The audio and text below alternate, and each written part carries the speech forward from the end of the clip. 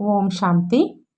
அவ்யக்த முரளி 21/4/1973. அவ்யக்த பாப்தாதா, மதுபன். எப்படி பெயரோ அப்படி காரியம். பூஜ்ய நிலையடைய வைக்கக்கூடிய பரம பூஜ்ய தந்தை, பிறரை ரகசியங்களை காப்போராக்கும் பாபா, ரகசியங்களை காத்துவிடும் வரதானி மகாதானி, மதுபனிவாசிகளாகிய சகோதரிகளை பார்த்து சிவபாபா கூறுகின்றார். இந்த குழுவிற்கு என்ன பெயர் கூறலாம்? மதுபனிவாசிகள் என்னவென்று அழைக்கப்படுறாங்க? இங்கு அமர்ந்திருக்கக்கூடிய அனைவரும் தன்னை அப்படி பத்மாபதம் பாக்கியசாலி என்று அனுபவம் செய்கிறீர்களா? மதுபனிவாசிகளினால்தான் மதுபனுக்கு மகிமை இருக்குது. மதுபனினுடைய சூழ்நிலையை உருவாக்குவது யாரு? ஆக மதுபனுக்கு என்ன மகிமை பாடப்படுதோ அதனை ஒவ்வொருவரும் தனது வாழ்வுல அனுபவம் செய்றீங்களா? மதுபன் பூமியானது மகான் பூமி அப்படின்னு அழைக்கப்படுது.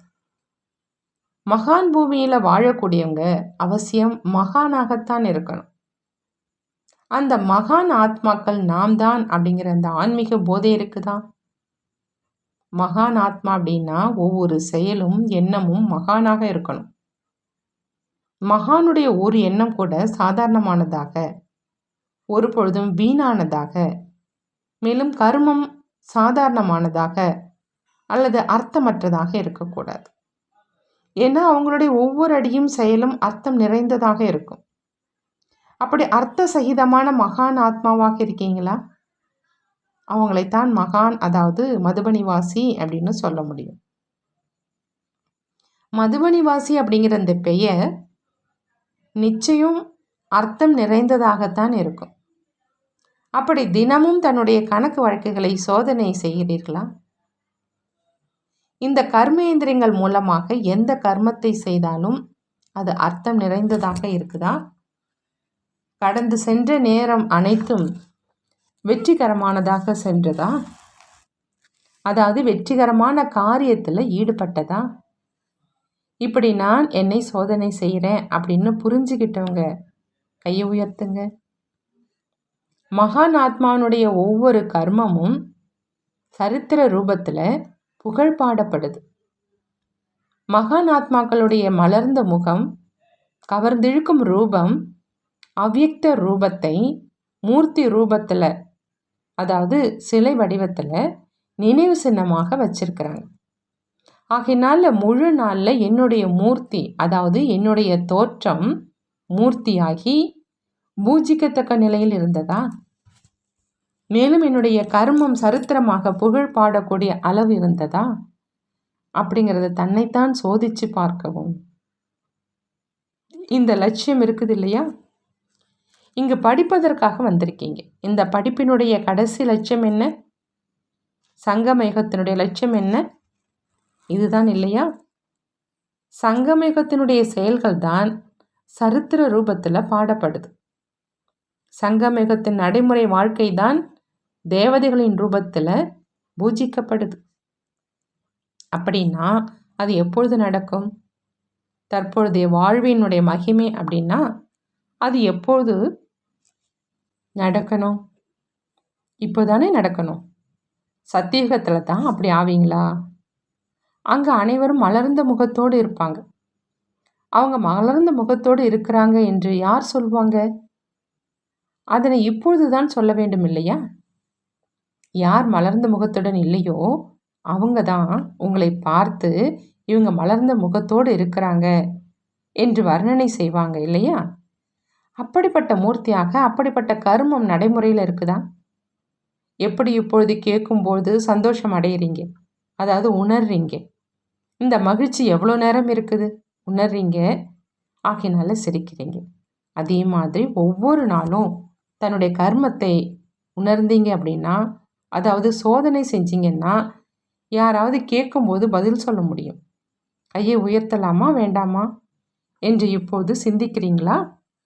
உடனே ஏன் கையை உயர்த்தலை? தடுமாற்றம் ஏன் ஏற்பட்டுச்சு? காரணம் என்ன? இப்படித்தான் தன்னுடைய சம்பூர்ண நிலையை சொரூபத்தில் கொண்டு வரணும். வார்த்தையில் மட்டும் சொன்னால் போதாது, சொர்பத்தில் கொண்டு வரணும். எப்படி உங்களுடைய ஜட சித்திரங்களுக்கு, அதாவது சிலைகளுக்கு முன்னால் போகிறவங்க இவங்க மகான் அப்படின்னு அனுபவம் செய்கிறாங்க, தன்னை பாவி கீழானவன் அப்படின்னு நினச்சிக்கிறாங்க. அப்படி தற்பொழுது யாராவது உங்கள் முன்னால் வரும்பொழுது தன்னை அனுபவம் செய்கிறாங்களா? நீ கீழானவன் அப்படின்னு மூர்த்தி சொல்கிறது கிடையாது, தன்னை அவங்களாகவே உணர்றாங்க. அப்படி உங்கள் முன்னால் யாராவது வந்தால் அவர்களாகவே உணரணும், இவங்க எப்படி இருக்கிறாங்க, நான் எப்படி இருக்கிறேன், இந்த நிலை வரணும் இல்லையா? அது எப்பொழுது வரும்? ஞானத்தினுடைய கோர்ஸ் முடிவடைஞ்சிருச்சு. இப்போது ரிவைஸ் கோர்ஸ் நடந்துட்டுருக்குது. அப்படின்னா பாடமுறையினுடைய அடிப்படையில் ரிவைஸ் செய்கிறீங்களா அல்லது நடைமுறைப்படுத்தும் வகையில் ரிவைஸ் செய்கிறீங்களா? அதாவது தியரியிலையா அல்லது ப்ராக்டிக்கல்லையா? நடைமுறையிலும் கோர்ஸ் முடிவடைய வேண்டும் இல்லையா? அல்லது ரிவைஸ் எப்பொழுது முடியுமோ அப்போது நடைமுறையில் வெளிப்படுத்த போகிறீங்களா? என்ன நினைக்கிறீங்க? இதற்காக நேரத்தை எதிர்பார்த்து கொண்டிருக்கீங்களா? சமயம் வந்தால் எல்லாம் சரியாயிடும் அப்படின்னு நினைக்கிறீங்களா? இந்த வகுப்பு எப்பொழுது எடுத்திருக்கீங்க? தன்னுடைய முயற்சியை தீவிரப்படுத்த தன்னுடைய சக்தியின் அனுசாரமாக ஏதாவது திட்டம் தீட்டிருக்கீங்களா? ஏற்கனவே உருவாக்கப்பட்ட திட்டம் ஏதாவது கிடைத்தால் நடக்கலாம் என்று நினைக்கிறீங்களா? யாரெல்லாம் மதுபனி வாசிகளாக இருக்கீங்களோ அவர்களெல்லாம் அனைவருக்கும் முன் உதாரணமானவங்க என்று தான் பாப்தாதா பார்க்குறாங்க. முதல்ல உதாரணத்துக்கானதை தான் தயார் செய்வாங்க. மதுபனி வாசிகள் உதாரணமானவங்களா அல்லது உதாரணம் இப்பொழுது தான் தயாராகி கொண்டிருக்குதா? முன்மாதிரி பொருள் தயாராகி கொண்டிருக்குது அப்படின்னா அதனுடைய பக்கம் சுட்டி காட்டி சொல்லுவாங்க, இப்படிப்பட்ட பொருள் தயாராகி கொண்டிருக்குது. பிறகு அதனை பார்த்து மற்றவங்க அதனை விலை பேசி வியாபாரம் செய்வாங்க. முதல்ல மாதிரி தயாராகிட்டா பாப்தாதா கூட அவங்களை காட்டி இவர்களைப் போல வேண்டும் என்று சொல்வார். முன்மாதிரி ஆவதற்கு கடினமான முயற்சி எதுவும் கிடையாது, மிகவும் எளிதான முயற்சி தான். பாபாவுடைய சின்னத்தை முன்னால் வைப்பது அப்படிங்கிற ஒரே வார்த்தையில் சொல்லலாம். ஒரு வார்த்தையினுடைய முயற்சி மிகவும் ஈஸி தானே. சின்னம் உங்கள் முன்னால் இருந்ததே ஆனால் முயற்சி சகஜமாக ஆகிடும். முயற்சி சகஜமாக இருந்தால் உதாரணமாகிடுவீங்க. மதுபனி வாசிகளுக்கு எத்தனை இயந்திரங்கள், அதாவது எத்தனை என்ஜின்கள் கிடைச்சிருக்குதோ அப்படின்னா வினாடியில் சென்றடையணும். அனைவரை காட்டிலும் சகஜமான முயற்சிக்கான லாபம், கோல்டன் வாய்ப்பு மதுபன் வாசிகளுக்கு மட்டுமே கிடைச்சிருக்கு. அதனை ஏற்றுக்கொள்கிறீங்க. ஏற்றுக்கொள்வது தெரிந்து கொள்வதில் கூட புத்திசாலிகள் தான், அதிலும் பேசுவதில் மேலும் புத்திசாலிகளாக இருக்கீங்க. மற்றபடி ஏற்றுக்கொண்டு தகுதியானவர் ஆவதில் ஏன் நேரமாகுது? எந்த அளவு மதிப்பானவர் ஆகிறீங்களோ அந்த அளவு பூஜிக்கத்தக்கவராக ஆக முடியும். இங்கு உங்கள் செயலை பார்ப்பவர்களே இது உயர்ந்த கர்மம் என்பதை ஏற்றுக்கொள்ளவில்லை அப்படின்னா பூஜிப்பவர்கள் உங்களை சிரேஷ்டமானவர்கள் என்று ஏற்றுக்கொண்டு எப்படி பூஜை செய்வாங்க?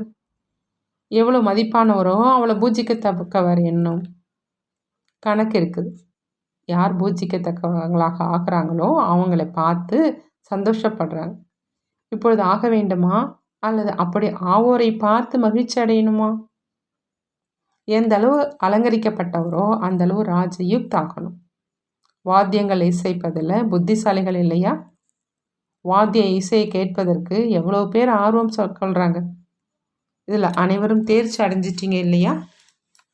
சாதனங்களை உபயோகிப்பதில் எந்த அளவு தேர்ச்சியுடன் இருக்கிறீங்களோ அந்த அளவு ரகசியங்களை காப்போராகவும் இருக்கவும். ராஜிக்தாக யார் இருக்கிறார்களோ அவர்களின் ஒவ்வொரு அடியிலும் ஆன்மீக ரகசியம் நிறைந்திருக்கும். இப்படி ராஜயுக்த் மற்றும் சாதனங்களை பயன்படுத்துவது இரண்டிலும் சமநிலையை கொண்டு வருவோம். மதுபனிவாசிகள் மிகவும் அதிர்ஷ்டசாலிகள். எந்த அளவு அதிர்ஷ்டசாலிகளோ அந்த அளவு அனைவருக்கும் அன்பானவராக ஆகுங்க. அதிர்ஷ்டத்தில் மட்டும் சந்தோஷம் அடைஞ்சிடாதீங்க. அன்பை வைத்து தான் அதிர்ஷ்டத்தை கண்டறிய முடியும். யார் அதிர்ஷ்டமானவர்களோ அவர்கள் அனைவருக்கும் அன்பானவராக அவசியம் இருப்பாங்க.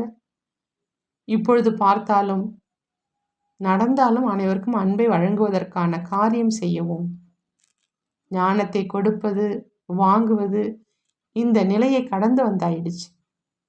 இப்போ அன்பை கொடுக்கல் வாங்கல் செய்யணும். யார் உங்கள் முன்னால் அல்லது சம்பந்தத்தில் வந்தாலும் அன்பை கொடுங்க, அன்பை அடையுங்க.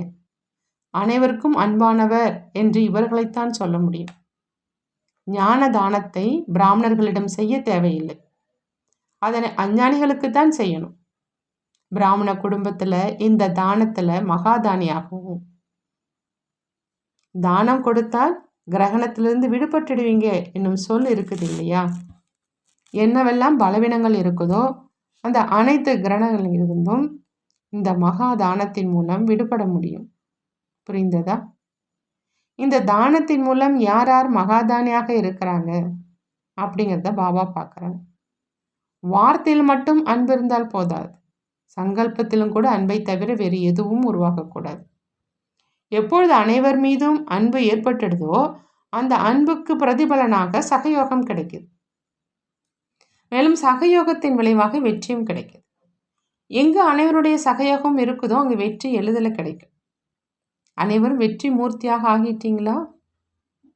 இப்பொழுது இந்த முடிவை பார்க்குறார். இந்த முரளினுடைய விசேஷமான கருத்து, யாருடைய ஒவ்வொரு எண்ணமும் ஒவ்வொரு கர்மமும் மகானாக இருக்குதோ அவங்க தான் மகான் ஆத்மாக்கள். ஒரு எண்ணம் கூட சாதாரணமானதாக வீணானதாக இருக்கக்கூடாது. எந்த ஒரு கர்மமும் அர்த்தமற்றதாக சாதாரணமானதாக இருக்கக்கூடாது. எனவே இந்த கர்மேந்திரங்கள் மூலமாக எந்த கர்மத்தை செய்கின்றேனோ அது அர்த்தம் நிறைந்ததாக இருந்ததா அப்படிங்கிறது சோதனை செய்யணும். நேரத்தை வெற்றிகரமாக காரியத்தில் ஈடுபடுத்தினா மகான் ஆத்மாக்களின் ஒவ்வொரு கர்மமும் சரித்திரமாக புகழ் பாடப்படுது. எப்படி உங்களுடைய ஜட சித்திரங்களுக்கு முன்னால் செல்றவங்க தானாகவே தலைவணங்குறாங்க. தன்னை கீழானவன் என்றும் மூர்த்தியை மகான் அப்படின்னும் பார்க்குறாங்க. நீ கீழானவன் அப்படின்னு மூர்த்தி சொல்றதில்லை, ஆனால் தங்களை தாங்களே அறிந்து சொல்லிக்கிறாங்க. நான் என்னவாக இருக்கிறேன், இவங்க என்னவாக இருக்கிறாங்க அப்படிங்கிறத உங்கள் முன்னால் ஒரு ஆத்மாக்கள் உணரணும். இப்படிப்பட்ட பொருள் தயாராகி கொண்டிருக்குது அப்படிங்கிறத மாதிரி பொருள் தயாரான பிறகுதான் வெளிப்படுத்துறாங்க. பிறகு அதனை பார்த்து மற்றவங்களும் வாங்குமாறு வியாபாரம் செய்கிறாங்க. அதே மாதிரி உதாரணமாவதற்கு பாபாவுடைய சின்னத்தை முன்னால் வைக்கணும். நல்லது. ஓம் சாந்தி. நன்றி பாபா, நன்றி.